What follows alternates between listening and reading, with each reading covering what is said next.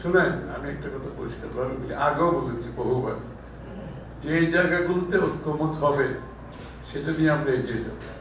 যেখানে ঐক্যমত হবে না, আপনি আগামী নির্বাচনে প্রত্যেকটা দলের অধিকার আছে সেটা জনগণের কাছে নিয়ে যাওয়া, এর বাইরে কোনো আলোচনা নেই।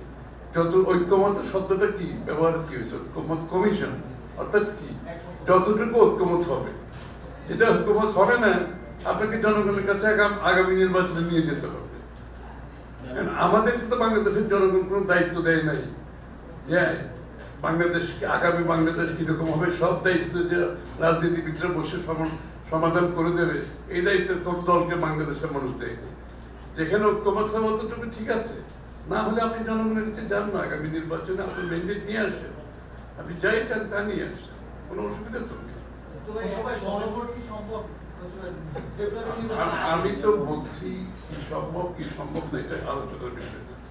আলোচনার বিষয় যতটুকু ঐক্যমত হবে তার বাইরে যাওয়ার কোনো সুযোগ নাই। নামেই হচ্ছে ঐক্যমত কমিশন, আপনি বুঝতে হবে তো। সুতরাং যতটুকু ঐক্যমত হবে তার মধ্যে আমাদেরকে কাজ করতে হবে, তার বাইরে তো থাকবে। তার বাইরে তো প্রত্যেক দলের অনেক কিছু আছে যেটা ঐক্যমত হয় নাই। এখানে বিএনপিরও অনেক কিছু আছে যেখানে ঐক্যমত হয় নাই। আমাদের কোনো অসুবিধা নেই, আমরা তো মেনে নিয়েছি। অন্য অনেক দলের অনেক বিষয় আছে যেটা ঐক্যমতে আসে নাই। সুতরাং তাদেরকে, যেগুলো ঐক্যমত আসে নাই, তাদেরকে আগামী নির্বাচনে জনগণের কাছে গিয়ে ম্যান্ডেট নিয়ে সংসদে আসতে হবে, তাই না? তার বাইরে কিছু করার তো কোনো দলের অধিকার নেই, আর কোনো দলের এই অধিকারও না যে জোর করে আলোচনার উপর চাপিয়ে দেবে, তাই না? পরিষ্কার বিষয়। সানবিট সব দিবে সামাল। সানবিট ম্যাজিক প্রেস, ডিশওয়াশিং এর মাথা ঘোরানো সলিউশন।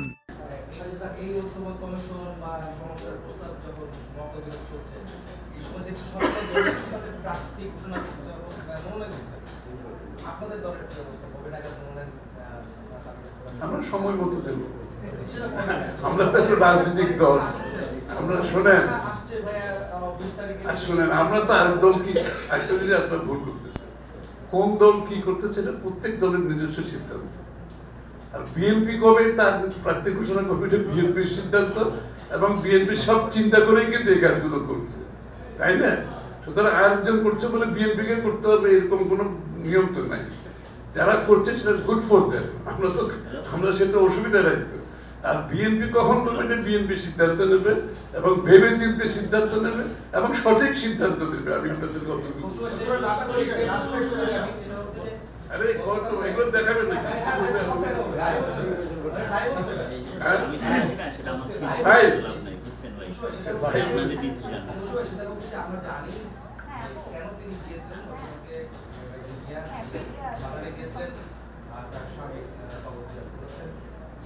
সবাই বলছেন, অনেকে সাধারণ কমেন্ট দেখছি আমরা, তিনি কি রাজনীতিতে ফিরছেন কিনা বা এই ধরনের কথা আসছে।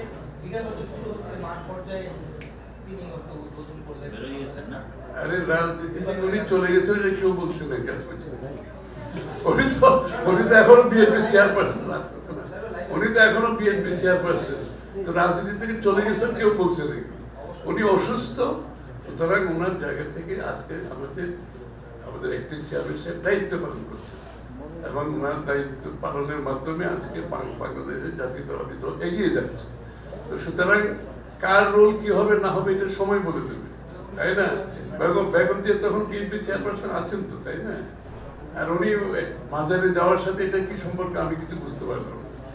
মাজারে তো যেতেই পারবে, ওনার মন চাইছে ওনার স্বামীর কবরে যাবে, হ্যাঁ ওনার মন চাইতে পারেন না, ওনার মন চাইছে উনি গেছেন। আরে সক্রিয় হতে গিয়ে রাত্রে 10টার সময় কি মাজারে যেতে হয় কিনা? সক্রিয় হওয়ার জন্য তো অনেক কিছু করা যায়। সুতরাং এইগুলা মানুষ মনে করতেই পারে, ওটা না সেটা না, কিন্তু উনি তো যেতেই পারেন। ওনার তো ইচ্ছা হয় না ওনার স্বামীর কবরে যাওয়ার জন্য? সবাই যেরকম ইচ্ছা হচ্ছে ওনারও ইচ্ছা হতে পারে, তাই না? এটা খুবই স্বাভাবিক ঘটনা। এটাকে রাজনীতিকরণের কোনো সুযোগ নেই। তাই কি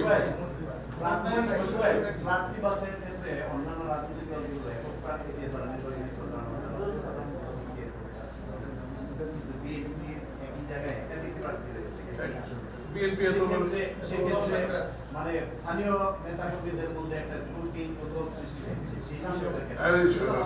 বিএনপি একটা বড় দল, এখানে একাধিক প্রার্থী থাকবে, প্রতিযোগিতা থাকবে, দল যখন সিদ্ধান্ত দেবে তার পেছনে সবাই নির্বাচনে সংযুক্ত হবে, কাজ করবে।